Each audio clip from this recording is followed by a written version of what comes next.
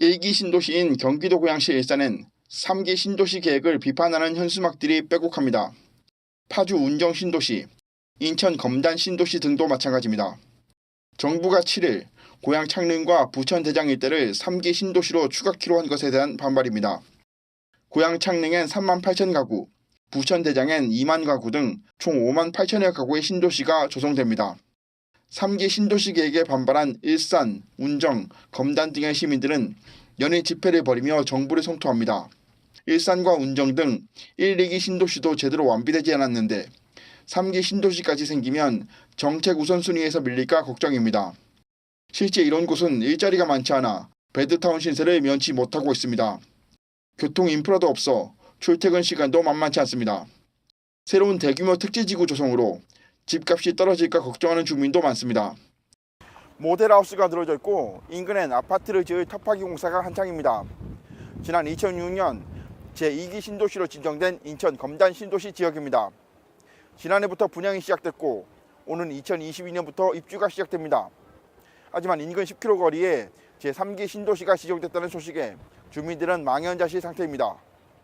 3기 신도시 문제가 인접 경기도권 주민들의 최대 현안으로 부상한 만큼 내년 총선에서도 쟁점이 될 것으로 보입니다. 정치권도 벌써 이 문제를 주요 정책 현안으로 다루기로 했습니다. 어제 자유한국당은 일산 킨텍스에서 정부의 3기 신도시 정책을 비판하는 토론회까지 열었습니다. 행사장엔 준비된 비거서거 자리가 꽉 찼고 복도에까지 사람들이 모였습니다. 한국당은 3기 신도시 계획을 계기로 대정부 공세에 박차를 가하고 있습니다.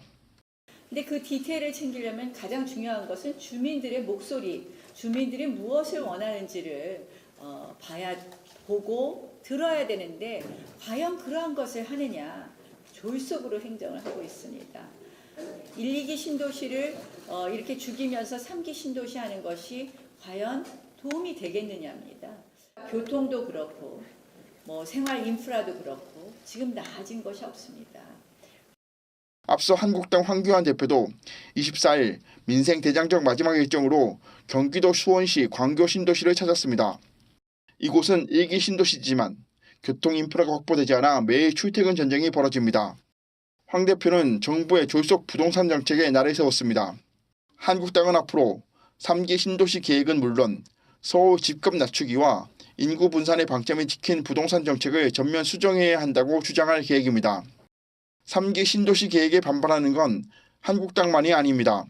정의당까지 가세해 자연 녹지가 훼손되고 난개발이 우려된다며 부천 대장지구 사업에 반대했습니다. 지역민들의 반대 여론이 거센 일산과 검단 등 몇몇 지역에선 총선에서 심판하겠다는 말까지 나옵니다.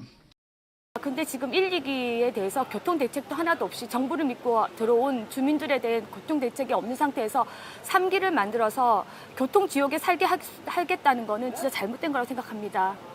고양시 주민이 아니라고 저는 생각합니다. 그냥 딴 데 세상이니까 고양시에 그냥 정만 들어온 거지 자기는 고양시랑 관계없다고 생각하기 때문에 이런 정책을 피는 거고요.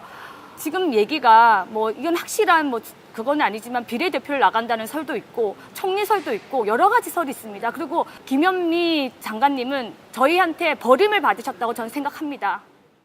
경기도권에서 3기 신도시 계획에 다 반대하는 건 아닙니다. 고양시 덕양구 등 일부에선 3기 신도시를 환영하고 있습니다. 낙후 지역의 젊은 인구 유입 등을 기대할 수 있다는 겁니다. 하지만 주택 공급 확대를 통해 주택 시장을 안정화하겠다는 정부와 집권 여당의 정책은 대다수 현장에선 환영받지 못하고 있습니다. 뉴스토마토 최병호입니다.